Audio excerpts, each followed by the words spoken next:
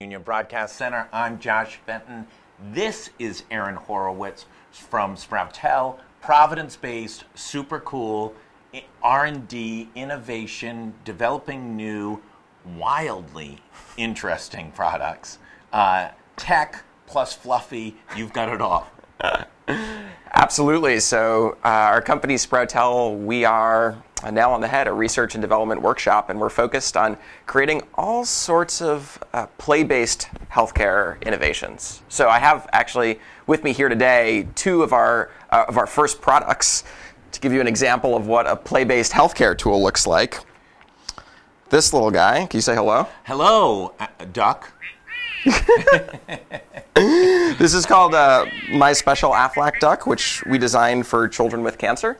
And it's a really good example of how we work. We collaborated with Aflac, the insurance company, who was interested in creating something to make a difference in the lives of children with cancer. And we spent about 18 months developing this duck with over 100 children. Really? Yeah. And were they children who had cancer? Absolutely, yeah. So we collaborated with a hospital down in Atlanta.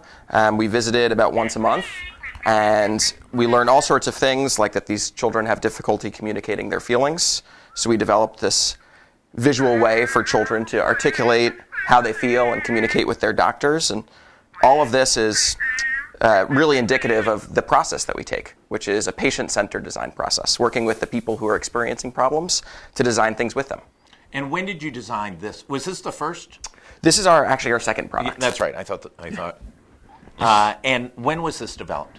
So we began development in 2017. We launched in 2018, and we actually just began shipping them and delivering them to families in September of this year. So we've so far reached about 2,000 children at over 100 hospitals. And does Aflac underwrite that distribution structure? Exactly. So right. Aflac has donated a duck to every child newly diagnosed with cancer who would like one. Oh my God. And you know, talk about a mission and cause in what you're doing every day.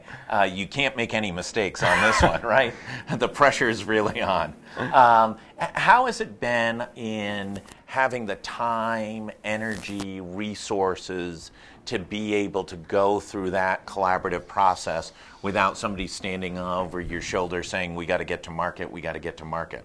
Yeah, and so, I mean, that's been certainly something that we deal with. We were founded in 2012, and so we've been around for quite a little bit. And with the duck, for example, we had a great partner in Aflac.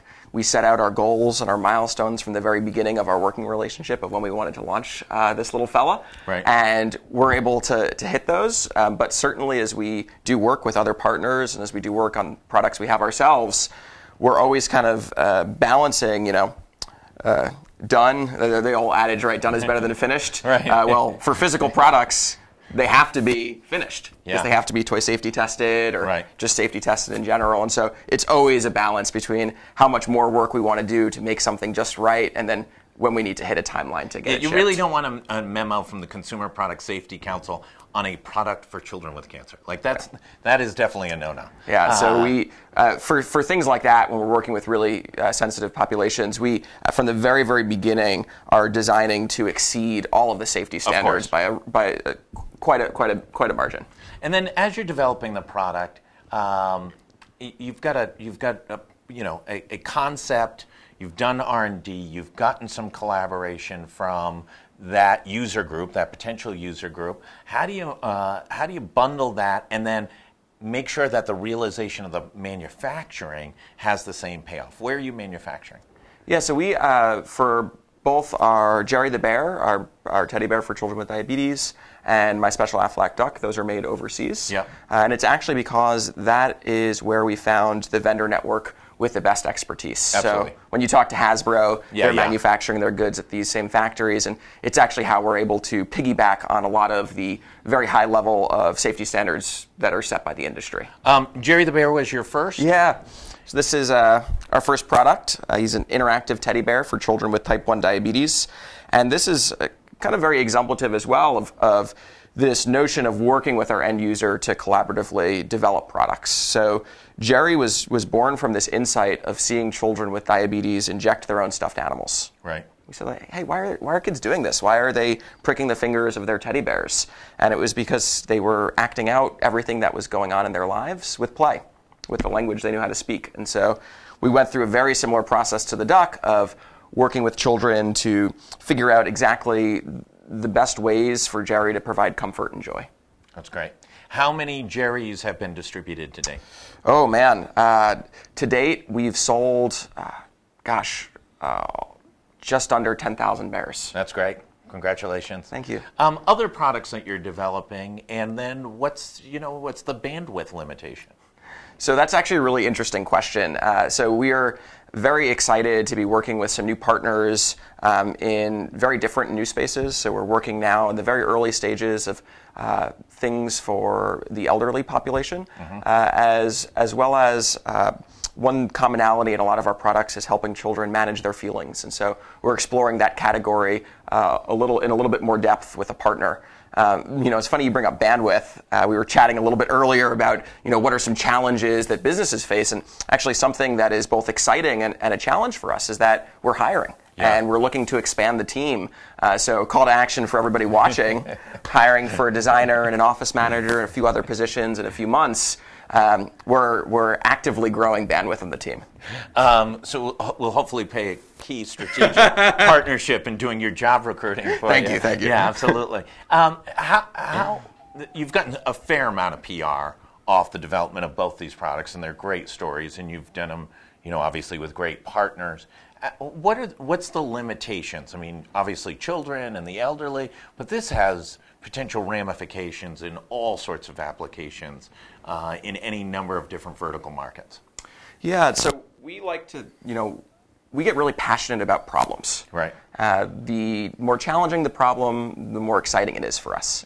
So we've had this expertise in working with kids, and that's where we've really have a lot of institutional knowledge in terms of the way that kids are processing information, different developmental stages, and how we custom tailor education and comfort through these types of play tools. But just as you indicated, our underlying process is very rooted in this human-centered design methodology, and that is applicable across a range of different verticals. And so this year is actually the first time that we've stepped a little bit outside of pediatrics and actually into geriatrics, the other side of the spectrum. But as we work, obviously the user group of the patient population is so very different, but our underlying methodology definitely holds true, and it's exciting to be now tackling new challenges and kind of have a fresh set of eyes into a whole different population.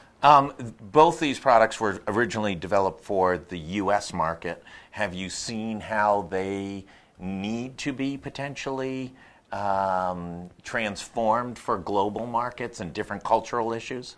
Yeah, that's actually something that's been really exciting with Jerry the Bear. So we developed Jerry. We initially sold them in the U.S., and for the past 2 years, we've been selling globally. Yeah. And we found that almost, we have countries like New Zealand who, an incredible nonprofit in New Zealand, lobbied and got a Jerry the Bear for every child with type 1 diabetes in New Zealand.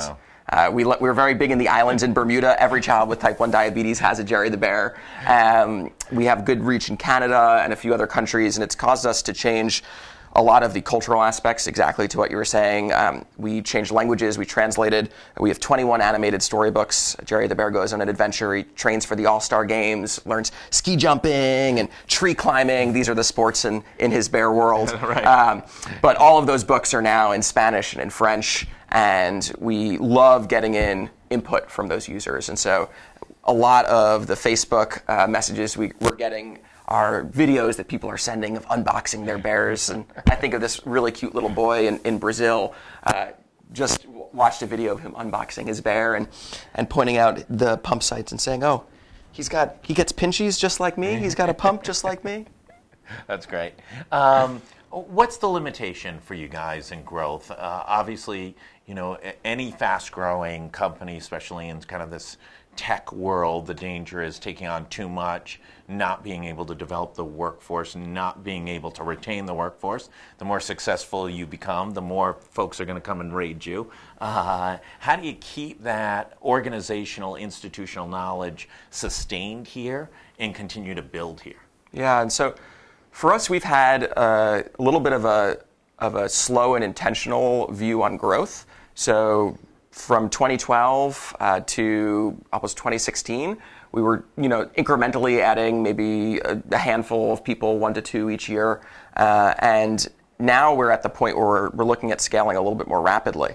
And in terms of what are the limitations, for us it is bandwidth. Yeah. We're in a situation now where we're thinking really critically about what does the business look like in 6 months, what does the business look like in a year, and if we have a goal of working with X number of partners simultaneously, how are we going to need to do exactly what you're talking about, scale, retain? And is it Brown engineers? Is it RISD designers? Is it a URI engineer? Is it what's the funnel you need, and how easy is it to develop those relationships? Yes, all the schools you mentioned, absolutely. We're more interested in the people and the skill sets than necessarily where they gain them. But for us, but we got a lot of them. Yeah. Right. And it's interesting because we do have a lot of that talent here. I think that one of the things that works against us a little bit are those really talented people leaving the state for jobs, and so we're excited about hopefully being able to retain some of that.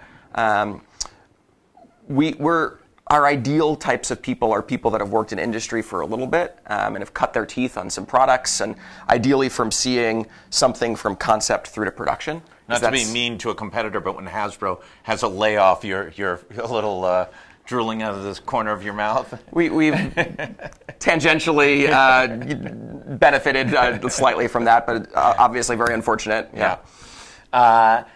Very exciting. You worked with Commerce on some funding. You got an SBIR, which is great, working with the feds. And then you got a tag-along grant from them. We did. Yeah. And what did that allow you to do?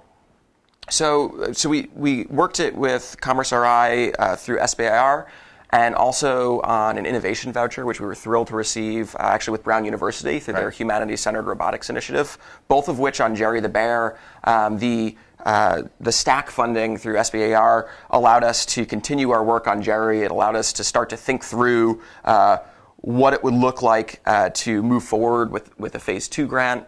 And our innovation voucher was really interesting. It's helped us wrap our heads around our next phase of our research and development on the Jerry the Bear product and explore from an engagement standpoint what adding additional technology to Jerry the Bear would get us from a user standpoint. So there's always this question, right? You can make something smarter, you can make it do more.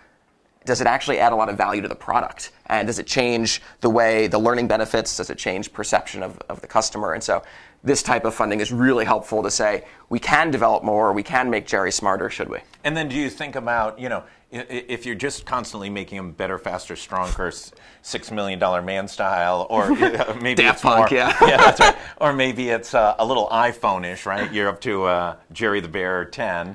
Or should you give respect to Jerry the Bear and make a polar bear that has a different level of function? So that's actually really interesting, and we're at a point now where we're thinking, it's when you're a small company, you're always thinking about exactly that, improving. And now we're thinking a little bit in terms of development cycles when we pause on features and then we resume a next major update. So we're sort of nearing that place with some of our products, but that just means a really exciting chapter for the new work that we're going to be focusing on. That's great. And then long term, are you going to raise some significant capital? Do you see that or do you see that you're able to self-fund as you develop? So we've right now we're in a place where we're self-funding and we're able to bootstrap and to grow at the same pace that we'd like to grow at, and that's really, really exciting. We had raised money in our early days and gone through that cycle. We went through the same process. Right, and so know what that's like, have that experience under our belts, and have some great connections. Now, should that be something that it becomes interesting, but I am so thrilled about building a business off of cash flows. That's and great. Yeah, much better life. Congratulations for all the success. And really meaningful work, which is transformative for both the healthcare needs and also just the lives of children. It's really wonderful things. Tomorrow I'll be talking to everybody, figuring out how we can apply GoLocal to small children. So congratulations. It's wildly interesting, and congratulations. Thank you so much. All right, thanks for having me. Here. I want to thank Aaron for coming in today and Sproutel for all the success that they've had. Look forward to hearing more from them as they continue to grow and mature and innovate more and more. As I said earlier, we'll be back tomorrow at the 4 o'clock hour. I've got Commerce Secretary Stephen Pryor. We will be talking about the Superman building, gosh darn it. That might be a location for you guys and all your growth. They're growing so quickly, they could take all 350,000 square feet with a little help from their friends. Thanks, everybody. We'll see you back tomorrow.